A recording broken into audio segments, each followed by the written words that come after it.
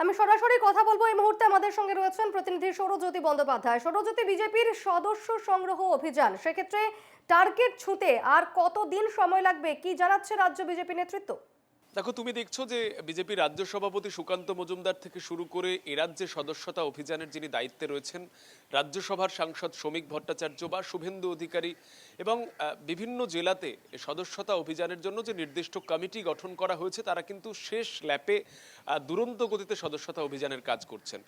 বলাই বাহুল্য, আজকেও জয়নগর এবং ডায়মন্ড হারবার লোকসভা আসনে সেখানে সুকান্ত মজুমদার যাচ্ছেন, সেখানে সদস্যতা করবেন।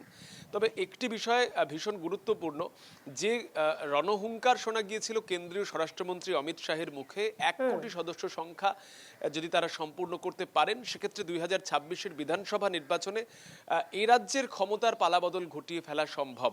তোমায় মনে রাখতে হবে 2019-এর লোকসভা নির্বাচনে 18 আসন জয় এবং তার আগে কিন্তু একইভাবে সদস্যতা অভিযান হয়েছিল এবং সেখানে প্রায় 80 লক্ষ সদস্য এ রাজ্য থেকে বিজেপি উপহার দিতে পেরেছিল কেন্দ্রীয় নেতৃত্বকে। কিন্তু এবারে এখনো পর্যন্ত যে সদস্যতা অভিযান হয়েছে তাতে মেরে কেটে 12 থেকে 13 লক্ষ সদস্য তারা এখনো পর্যন্ত করতে পেরেছেন।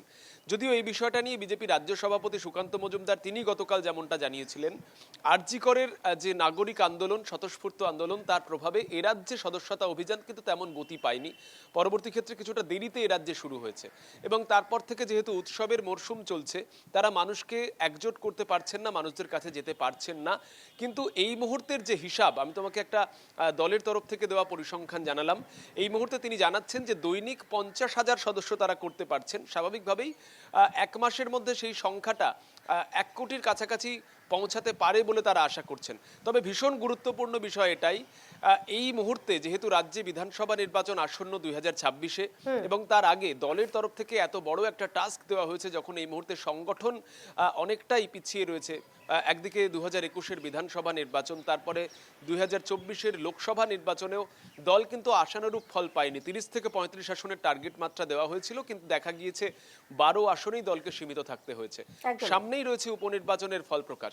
স্বাভাবিকভাবেই এই পরিস্থিতিতে দলের সংগঠনের জন্য যথেষ্ট কঠিন কাজ 1 কোটি সদস্য সংখ্যা পূর্ণ করা।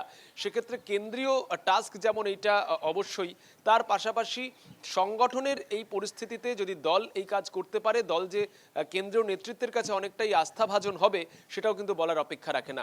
আনুমানিক যে সংখ্যা এখনো পর্যন্ত জানা যাচ্ছে, প্রায় 15 লক্ষের কাছাকাছি সদস্য সংখ্যা তারা করেছেন। স্বাভাবিকভাবেই 1 কোটি মাত্রা ছুঁতে এখনো যে অনেক যোজন বিজেপিকে যেতে হবে, এটা বলাই বাহুল্য। একদমই। ধন্যবাদ সৌরজ্যোতি।